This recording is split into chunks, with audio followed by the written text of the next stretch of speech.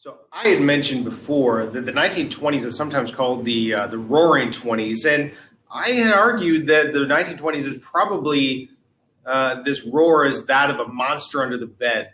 And because of the 1920s, we can see that there's a lot of social reactionaries, and what that means is that the society is changing, and there is a backlash against that change. There's this effort towards modernity, which is being fought against by the traditionalist society. And one of the areas that we can see that happening is with immigration policy and then racial politics. So the first thing that we need to remember is the 1920s is the time of intense nativism.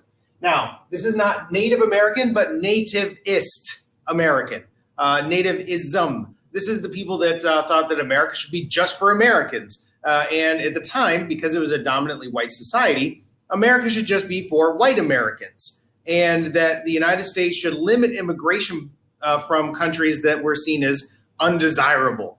And at this time, that means there's a fear of radicals, radical being people that were from countries that didn't have democratic experiences, tended to be poor, tended to be less fluent in English, tended to dress in funny clothing, eat weird foods, that kind of thing.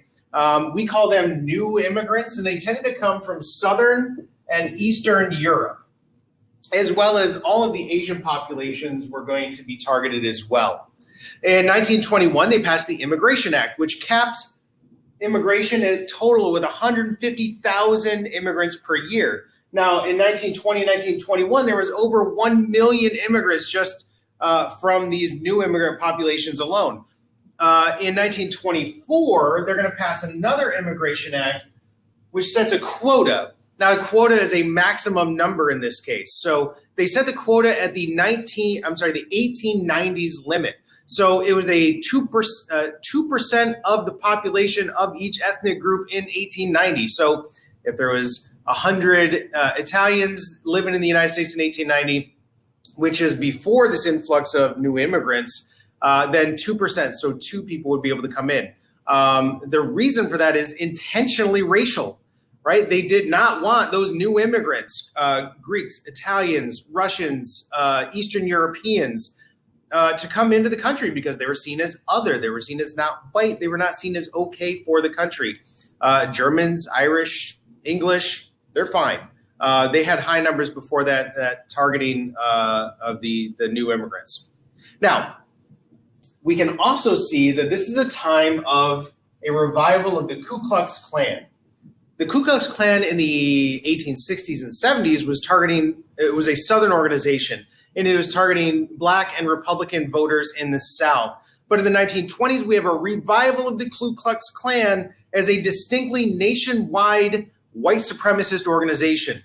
It is a nationwide organization. A good chunk of the KKK was now focused in the Midwest, places like Idaho and Illinois, is devoted to maintaining white supremacy. And in 1924, there's 4 million members.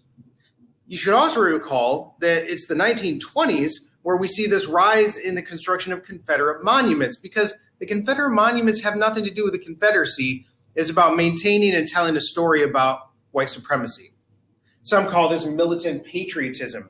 The Ku Klux Klan opposed anything that they deemed as un-American, which means that they deemed was seen as not supporting white supremacy. They were Protestants, so Catholics were seen as un-American, they attacked them.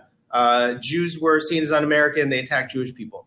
Of course, the Black population, eventually the Mexican population, pacifists that they thought weren't going to fight for the country, bootleggers, prostitutes, gamblers, things that they saw as not following the law. They're going to use violence and intimidation, and especially political connections. They're going to change laws in order to maintain that white supremacy. So they're going to use violence and intimidation to keep people away from the polls, and then they're going to use politics to implement the policies and the legal structures that they like. Now, eventually the Klan falls apart in the mid-20s because the leader of the Ku Klux Klan committed a lot of the same shenanigans he was arguing against, but that deep-seated hatred is going to live on throughout the 30s, 40s, and 50s.